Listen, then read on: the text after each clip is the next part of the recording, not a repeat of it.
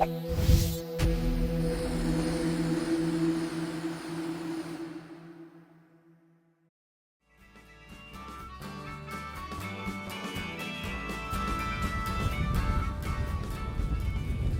chop bother you, Whitey? Not really, Harty. It's just a factor of life. Well, it bothers most people because chop is the single greatest barrier to going fast. Yeah, but if you want high winds, you're going to have chop. You're not going to be surrounded by flat water. And you know what? Good sailors make chop look like flat water. Of course Whitey doesn't mind chop. A little pressure on one of those mighty legs and the waters part and he doesn't feel a thing. But to be fair to the boy, there is more to it than brute force. Chop finds you out. It exposes any glitches in your technique and magnifies any lack of confidence. There are different approaches depending on your size and your angle to the wind. Upwind chop isn't so much of an issue. You're not going so fast for a start, and it's easy to hang off the boom and just let the board ride up under soft knees, bending and extending the legs to keep board-water contact and an even pressure on the fin.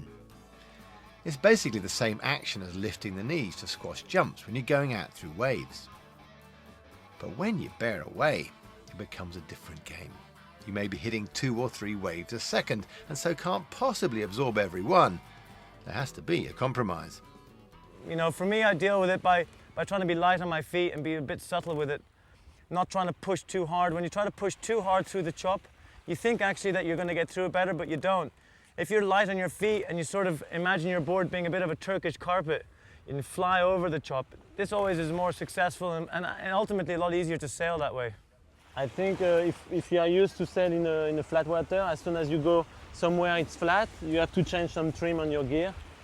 The first thing is to move the mast track a little bit forward to get more control, more stability on the chop, and this will help a lot. In terms of technique, this is textbook from Karin. It's a study of compromise. She's letting the board fly over the tops on that Turkish carpet. She's not forcing it. However, she's got enough tension in the front leg to hold the board on the water and blast through a sudden and unexpected wall. Chop is one area where light people who are naturally quicker-footed can outperform us slightly bigger boys. Now, I lose on choppy days as well. I'm certainly not at my best when it's choppy. Especially when you're a bigger guy. When you hit chop, you go deeper down into the chop and the board hits harder and you rebound quicker. So you have more of a hobby horsing motion when you're bigger.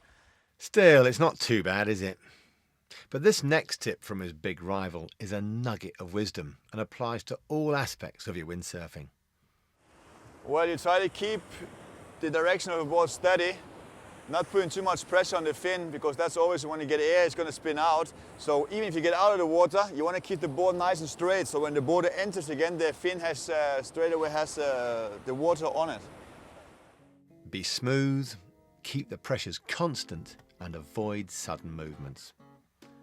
Sadly, the road to confidence in chop is a very long one. You just have to do it lots and lots and take the knocks. However, there are ways to help yourself. Whether you're jibing or just sailing in chop, the #1 priority is to take up a position where you can drive down through the boom and control the nose. Up or downwind, be aware of driving the hips forward and directing power down through the boom and into the mast foot.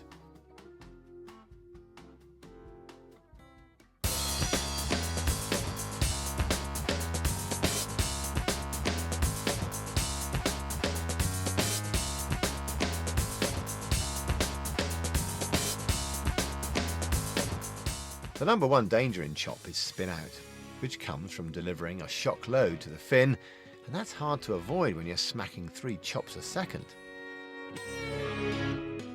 Sudden sail adjustments, above all, cause surges of power and an often catastrophic chain reaction. And the tip, which is a lot easier to say than to do, is to keep everything smooth.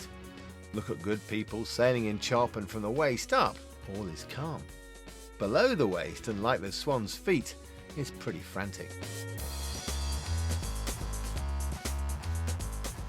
It's amazing what troubled waters the modern board can fly over if you just let it. By sailing a chosen board and fin for miles and miles across the bumps, You gradually learn to trust in the board's rocker line to do the job. It's then that things start to fall into place.